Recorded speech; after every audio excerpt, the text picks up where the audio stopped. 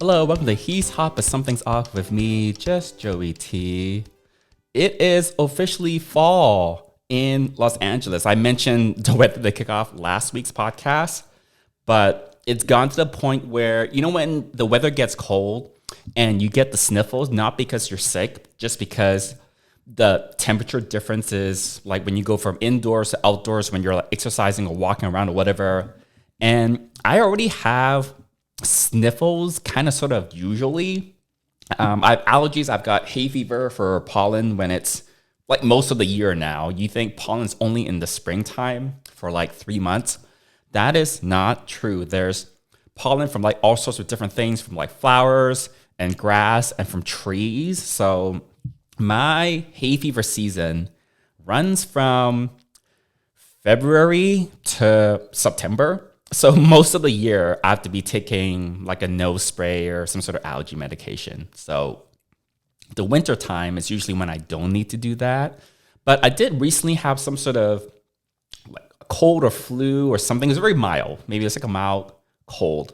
And one of the side effects, though, after you've kind of sort of gone over the cold for, I don't know, it was like 4 or 5 days or whatever. But afterwards, for like 2 weeks, you just keep having a runny nose. So that's what I had. And it's not that annoying when I'm at home where I live alone and I'm by myself. I'm not on like conference calls all the time. I can blow my nose whenever I want.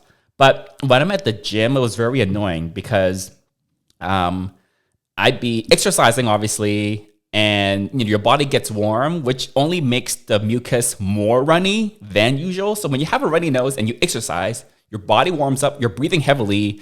That's like the worst environment for a runny nose. And I'm working out, I'm warming up, I'm breathing heavily. And it's like so difficult and so annoying at the same time to work out in that state. I wasn't sick because I was like over the cold or whatever it was. But a lot of the times after I've gone over a cold, for like a couple of weeks, I still have the runny nose, and I kind of sort of still have that now. And then with the cold weather kicking in, it's like when you go from cold weather to like warm weather and all that. Anyways, there's some scientific medical explanation for all that stuff. But this is a very this is a very roundabout way to say that I've got the sniffles. Basically, I can turn any story into like a story that's like way, way too long. My friends have basically started saying, yeah, you're kind of meant to do a podcast, aren't you? Because you like talking, but we don't want to hear it. Anyways, yeah, so it's gotten pretty cold. It's dipped into, I was telling my Aussie friends, this week it's dipped into the single digits on the Celsius scale. It's going to go to like high 40s Fahrenheit. But anyways, last week was Thanksgiving, last Thursday, U.S. Thanksgiving, and I went to a friend's place for a Friendsgiving, and that's kind of popular within like the queer community. A lot of the times, we're not necessarily going home to family that celebrates Thanksgiving. For me, it's not because I have any beef with my family, but my family is a Chinese background, and they live in Canada, and Thanksgiving in November is a U.S. specific thing that doesn't exist anywhere. It's only for Americans and people that like live in the U.S. So Canadians have their Thanksgiving in October, which like obviously no one in the U.S. is aware of because Americans. But I went to a friend to have a Friendsgiving because, you know, they weren't going to visit their families either. A lot of, well, not a lot, but yeah, maybe a lot of, you know, queer people in the queer community don't necessarily go back to their like blood family. They might just hang out with friends or their chosen family, if you will. So we did a Friendsgiving. It was really, really, really nice. My friends just bought a new place in LA. So they have like this super nice house to host a bunch of friends. And that was pretty fun. We did do that thing where we kind of went around to everyone and everyone said what they were thankful for, which is, I feel like a bit of a tradition for people that gather for Thanksgiving, you know, regardless of who's there or, you know, why you all gathered. There are two things I said that I was thankful for. The first is my health. And it's one of those things where most people that are in good-ish health, where there's not like anything obviously wrong with you or whatever, we always kind of take our health a little bit for granted. You know, as you get older, you might feel like, oh, sometimes my, I don't know, knee hurts a little bit, or like I'm not as flexible as before, but by and large, for people that don't have any like serious disease or serious condition that impairs their like day to day, most people I feel like tend to take their health for granted. And like I've been in that boat. When everything is mostly working and nothing's really wrong, you don't really think about your body. You don't think about, your health. You don't think about like what foods you're, putting in your body. You don't think about like how many drinks you're having at the bar, that kind of stuff. But yeah, I think it's kind of nice that, at least once in a while you do a reality check, like, oh, like, I'm in pretty good health, and that's something to be thankful for and not to like really take it for granted. So that's the first thing that I said. The other thing that I said I was thankful for was, well, I'm about 11 months into this quote unquote career break, and it hasn't ruined me financially yet. So I'm thankful for that. So on that topic though, I go really back and forth on whether I should go back to the 9 to 5. This is a topic we've explored at least a few times on this podcast as time has gone by. We've been doing this podcast for 6 or 7 months now. So obviously, over time, my feelings on it kind of sort of change. And on the one hand, I'm thinking, well, I've got, I don't want to call them side hustles anymore. I think normal people would consider what I'm doing a side hustle, the other ways I'm making money, because they're not like typical quote unquote main sources of income or quote unquote day jobs. But it's a day job for me now, all the time I spend working. And it's not like I get up at 8 and I start working at 9 and I stop working at 5. And it's taken me a while to wrap my head around. Just because you're not working 9 to 12, having lunch from 12 to 1, then working from 1 to 5, doesn't mean you're not doing anything, right? Because that 9 to 5 is so ingrained in my head ever since I was like a little kid, right? It was 9 to 5, get a paycheck, do that till you retire. And then that was it. I was never like taught anything else. Obviously nowadays but old habits died hard, right? And you kind of live with a lot of the things you were taught or thought was just the norm for everyone when you were young, right? So there's that. But on the other hand, I won't say that I'm making enough money to pay my bills. And I'm not broke by any means. But definitely I'm not technically making enough money from like cash flow point of view to pay all my bills. And that sounds kind of horrible, but society has taught us, like if you don't have money, you're kind of sort of less than. But if you have, like the more money you have, the more like socially acceptable it is. Society looks down on people that don't make a lot of money. Maybe not in an explicit way, right? But, it's never like a good feeling. I think, it's not a good feeling. Like, for example, if, you go out to eat with your friends and your friends want to go to like a slightly nicer, fancier, pricier place. And then you're sitting down looking at the menu and you're like, I'm not going to pay $30 for an entree because like, I don't want or can't pay that type of money for food. So, it's, when I took the career break, I didn't think it would last this long.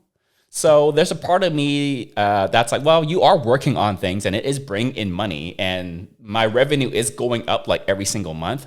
But then the other side of me is thinking, girl, go get an effing job, because like if you don't have enough money coming in every single month to pay your bills, hey, that money has to come from somewhere, and it has to come from like your savings or your investments or like whatever it is. This year, I've done a pretty decent job not digging much into my savings at all. Part of it is luck, but I got a huge tax refund that like came out of nowhere. I still can't tell you why I got such a massive tax refund back in like March or April, whenever it was. So there was that. And the second thing is I sold a few big ticket items, which I sold my car. So I owned my car outright before. It was a used car that I bought for, it wasn't like a Fiat or like a Pinto. It was like a slightly nice car. So I was like, well, that's just like a chunk of money sitting there depreciating. So I decided, sell the car, pocket the cash, and I leased a different car, which I can already hear Susie Orman saying, no, you're not to lease a car.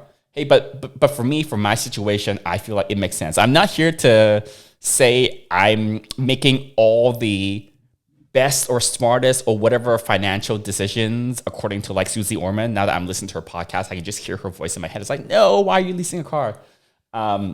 But for me, in my situation, I was going to sell that car, the old car that I owned outright, and take that money and basically invest it into the business that I'm starting. And we've hit some milestones there. So I just signed the statement of work with a vendor, a manufacturer for the business that I'm trying to kick off. And like the deposit is in, like it's real now. Like it's real. There's a part of me that thinks,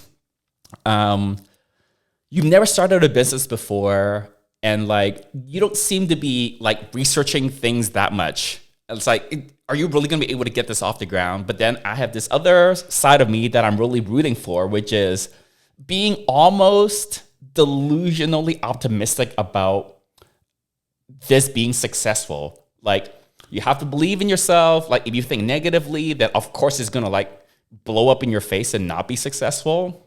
So I have appreciation for anyone who's ever started their own business and has made it successful on like a somewhat consistent basis, because I feel like it must take so much self-confidence and determination and just being like optimistic through like all the ups and downs, because starting a business, it's not easy. It's not like anyone can just go out tomorrow and like start a business. Like a lot of people have started from nothing and built like, you know, something awesome for themselves. But statistically, the odds are not in your favor. I think they said something like only like a third or something like that of small businesses end up being like successful in like, I don't know what time frame they were using. But yeah, it's like conflicting thoughts. It's kind of sort of like, I feel like I'm not trying super hard to start up the business, but I feel like I'm not putting in 40 hours every week of every month to like do stuff for the business. But then on the other hand, I'm also thinking like, you just need to like believe in yourself more. You just need to like us be almost delusionally optimistic and be your biggest cheerleader and not have that negative mindset. So getting the 9 to 5 is not out of the picture, but this is the logical thing that I keep coming back to that's helped me grounded is I am looking for jobs. I'll go on LinkedIn every single day. It's not as many job openings for what I want to do from like the IT stuff that I was doing before for the 9 to 5 as I would like. But, you know, if there's a decent job out there, you know, that is out there that I'll apply. I applied to like 4 or 5 jobs this week, actually. But in the meantime, while I'm applying for jobs and looking for jobs, I'm going to keep chipping away at those other sources of income. I don't want to call it a side hustle anymore, but it's not on the side. It is the main thing. And I don't like the word hustle. I never really liked the word hustle. Like, I don't like this slang of like people saying, oh, you have to hustle, you have to hustle, you have to hustle. I'm always thinking, why don't you work a little smarter?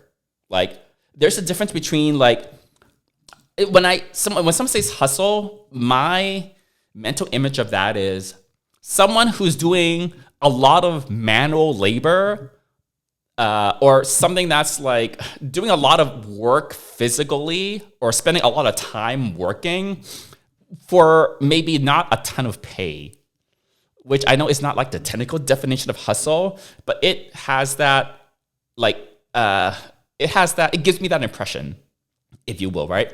Typical side hustles are like, you know, if you like drive for like Uber or Lyft, or if you, I don't know what typical side hustles are, freelance or do a blog or something like that. But I don't like the word hustle for that reason, because I feel like you can do like difficult, like hard to do things to make extra money, or you could try to look for things that are not as difficult physically maybe, or doesn't take as much of your time, but has a greater return on your investment being your time and your energy, right? It's just better value. So that's like the way I see it. Hustling to me means like grinding your nose to the stone or the pavement or whatever and just doing whatever to earn the extra dollar.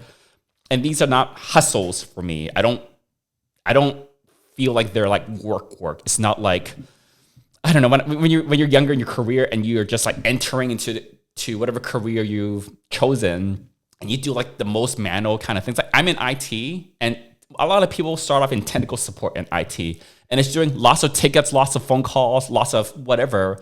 And that's a lot of work. That is like work. But as you get, higher up in the career ladder, you stop doing that type of, for lack of a better term, low level work, and you get to be like a manager or director, all that kind of stuff.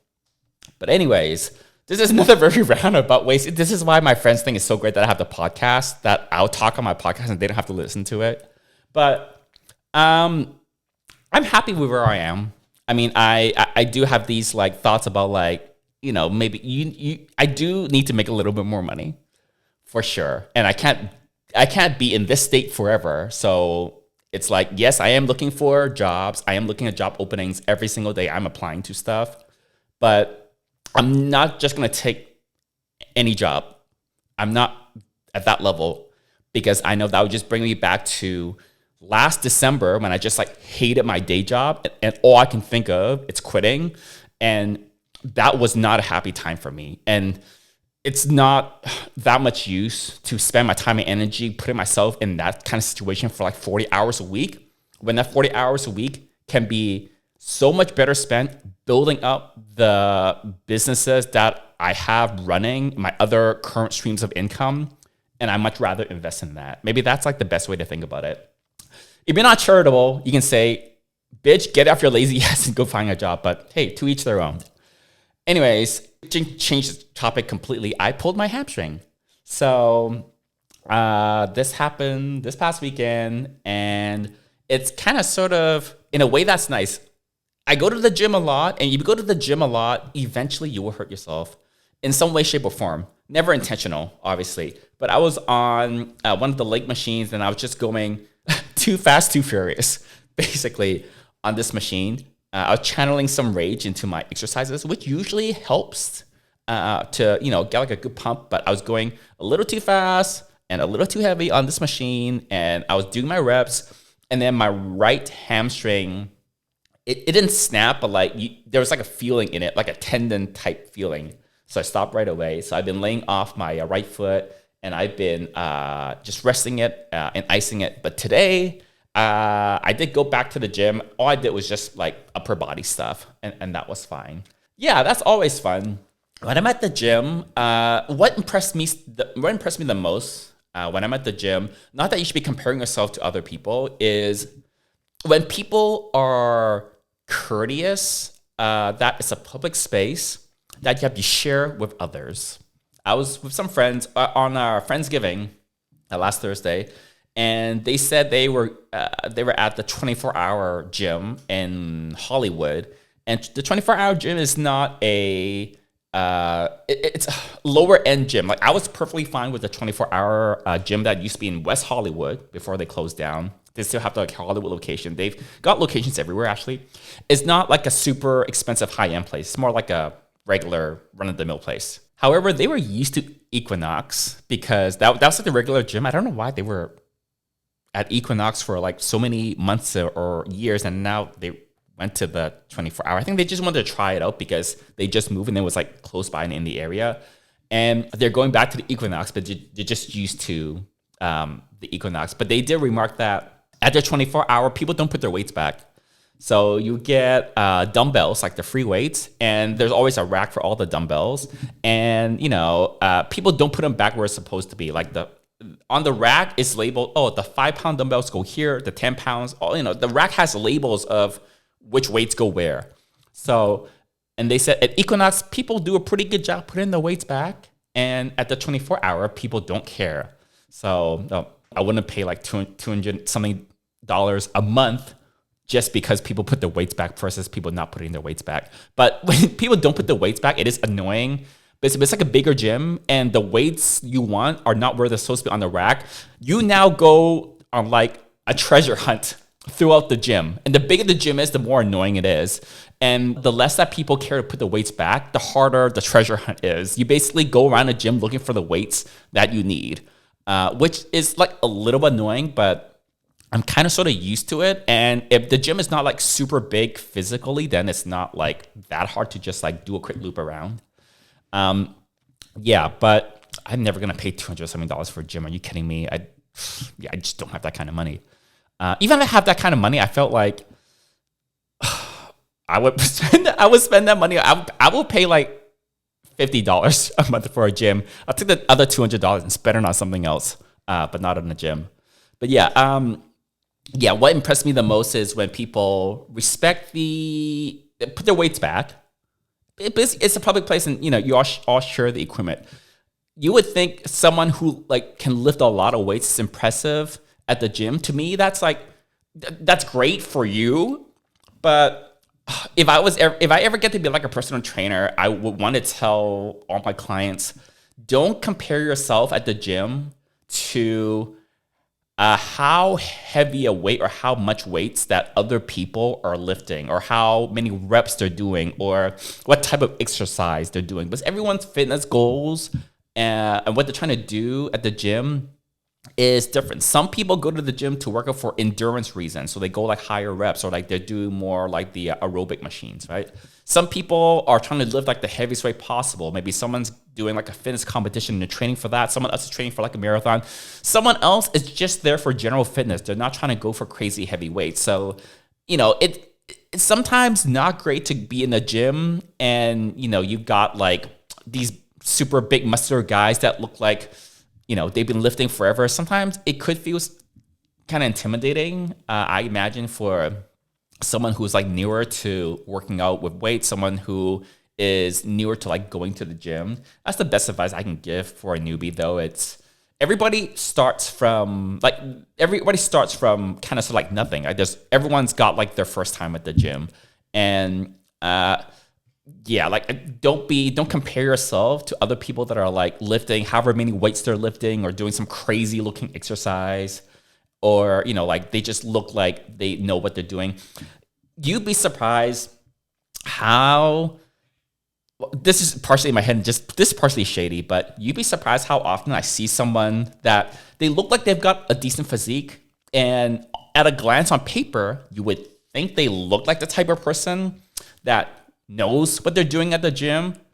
And then I'll see them doing the exercise and I'm thinking, I don't think they're supposed to do that exercise like that. But I don't say anything because, hey, maybe they are a professional fitness trainer and that is a legit exercise. So like, I'm not a professional trainer at all. So like, I don't effing know better. But there is a shady part of my head that's like, I don't think you're supposed to swing your weights like that and use that much momentum to get the weights up.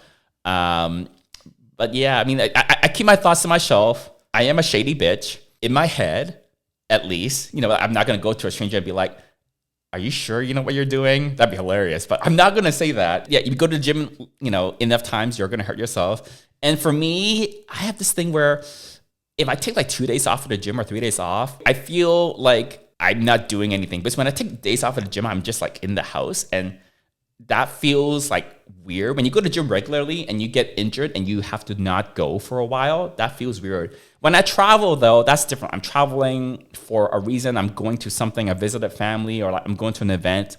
So I'm doing something. At least I'm like out and about. And when I travel, I don't go to the gym. Like it's rare for me to be traveling and going to the gym, because I just don't. So when I travel, I just don't. But when I'm at home, it's so much of my routine when I'm at home that when I am injured, I need to be sidelined for like a few days or like a week. It feels like I need to be back at the gym. So I did take a couple of days off. I went back today, just did some upper body stuff, didn't push super hard, made sure I wasn't stressing my legs, and it was fine. So it was fine. And yeah, I need this leg to heal pretty fast. So I'm been icing it. Apparently, if you pull a muscle, you're supposed to rest. They call it the RICE method: rest, ice, compress, elevate. It's hard to elevate my leg like that So I'm not doing that. I don't have anything to like compress with, so I don't. I'm so lazy. But I am resting my leg and I am icing it. Thank God I have the ice machine, so I can ice my leg, or it'd just be like packs of vegetables. But yeah, I'm just gonna enjoy not having to go to the gym so much. I'm just not gonna beat myself up about it. Today was actually a good day at the gym, just doing upper body stuff. But okay, there are a couple of people at the gym that I don't like because, again, I respect people that understand the gym is a public space to be shared by all, and you need to have a certain level of like courteousness and awareness of your surroundings. There are some people that just don't. So there's like a couple of people that are definitely on my shit list at the gym. But I was like, okay, today is like, the gym is pretty light. I went a little earlier than usual. The gym is pretty light. And I had some Uber Eats credits that is going to expire at the end of the month. So after the gym, I was like, okay, I'm going to get some. I went to get boba. So I drove to the boba place, picked up the boba, and drove home. And we're going to get into it. We're going to get into my living situation because I'm going to vent for a bit. So I live in a condo. It's an apartment. And there's a parking garage at the ground level, and everyone has like their own spot, right? And one of the things that is annoying for me is a pet peeve. I think most people wouldn't care that much. Is when I came home today after I got the boba from the gym, the car next to me, and I don't even know whose unit or who that person is. They had parked very close to the line, like in their parking spot, which made it difficult for me to park the way I usually park. So I usually back into my spot and I had to pull forward because if I backed in and they were parked that close, I couldn't open my door to get out of the car. So I had to like pull in. This sounds like nothing to most people, right? For me, it's annoying. So it's like can normal people understand that this is annoying? I think most people would be like, dude, just park your car and like just whatever and just get over it. But it was annoying for me because they do it once in a while, and I know they don't intend to do it, but I feel like if you can't park your car, get a smaller car. Sometimes you have these like big giant SUVs that can't stay in their own lane on the road, and I'm always thinking, if you can't drive a big SUV, don't drive a big SUV. If you can't drive such a big car, get a smaller car. But like this car, or like whoever parks in that spot, like once in a while they park like close to the line on my side, and it makes it difficult for me. And okay, this is like a super like, this is not what I recommend. This is not the most mature thing to do, and I'll say I did it. I parked just as close to the line within my spot that they are to the same line in their spot, just to basically say, you know what? If you're going to make it difficult for me to park in my spot, I'm going to make it difficult for you to park in your spot. And we're equally as close to the line, and we're both on our own sides of the line, so we're not doing anything wrong, are we? But yeah, next time you have to pull your car and park it back in, I hope you realize how difficult it is to park in your spot when I'm that close to the line as you are to that side of the line that you are today. So that's like the part of me that's like, I want to get you back. So annoying. So I don't know. I have this pet peeve about like people not being very courteous in public spaces, or people that are not aware of their surroundings. There was this completely different day. It was like months ago, and I was like walking back home to the gym, and I was like in front of my apartment building, and I noticed that there was this car that was waiting for another car in a parking spot to leave. A car was parked. They were going to leave. This truck had the signal turned on so that they were going to like park in that spot after the car that was leaving was gone. And then out of nowhere, this SUV comes in and just like swoop and takes the spot, which is like, maybe they didn't see that this truck was like waiting. This truck had this, I was walking on the sidewalk and I saw this truck had the turn signal on. So it's like a car has a turn signal on. They're probably waiting for a spot, right? They're doing something. This SUV out of nowhere swoops and takes the spot. And I was about to like enter my building, but like I was outside, and there was some workers or like landscapers or gardeners, or they were just like chilling, taking a break like outside of the building. And then this chick gets out of this SUV and looks around and sees that the guy is like, the truck was waiting for that spot. And she's like, she's walking away from the car. She's like, oh, sorry. And just walks away. That kind of stuff is so annoying. It's like, it's one thing to like this car that's parked beside me in the garage. I know they don't intend to park close to that line, because like, why would they? Intention matters. They didn't intend to park close to the line. Maybe they were in a hurry, or like, hey, not everyone is that particular about their parking as I am, I'm sure, because I'm a little fastidious about it. But this chick just like swooped in, stole this guy's spot, and even when she knew that she had stolen someone's spot, she's like, sorry. Like, that is like the fakest sorry in the world. Like, you don't mean it. You just walked away. It's like, if you're really sorry, and I said this out loud, I remember, like, not yelling, but like I said out loud as I was entering the building. But it's like, all these landscape gardener people saw it and was like, what the fuck? I remember saying this. I said, well, if you were really sorry, you would move your car. It's people like that is annoying to me, because you are intentionally not caring that your actions are making someone else's day worse. It's like, life is hard enough that we don't need to do that to each other. You know, we don't need to take other people's parking spots. Just because you had a bad day, that does not give you any sort of a pass to make someone else's day worse because you're in a bad mood. If you're in a bad mood, that's on you. Like, don't be like making someone else's day worse for it. Okay. I say this after I told you I parked super close to the line, but this other car was parked close to the line. And I'm not saying that was the most mature thing to do, but my 2 points completely canceled each other with dinner day. Oh, I don't know. Yeah, I don't like my neighbor who parks their car close to the line, but it made it difficult for me. And I also don't like this chick that stole this truck's parking spot. I don't know where I'm really going with this, but yeah, like stuff like that is annoying when like people don't have this like awareness that their actions have a effect on other people. Like if you intentionally go to steal someone's spot, I mean, come on, like you're just making someone else's day worse, honestly, and like you don't need to make someone else's day worse. Maybe I should go move my car or park it less close. I just want this car beside me to understand that, hey, if you park close to the line that separates our two parking spots, it makes it difficult for the other person to park there. Oh my God. Anyways, let's end this podcast on a more positive note. So this coming weekend, I'm actually going to Austin. Is one of my good friend's birthday. It's his 40th birthday, actually, and that's why he's having like a little bit of a thing. They live in Austin, so I'm gonna take a short trip to Austin this weekend for that. And we used to be roommates in San Francisco.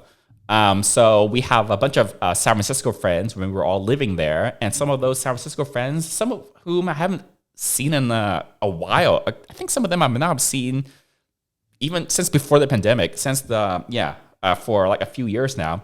They're going as well. So yeah, that'll be a fun little weekend. And hopefully when I get back from the airport on Sunday, my neighbor will not be parked so close to the line in our parking garage.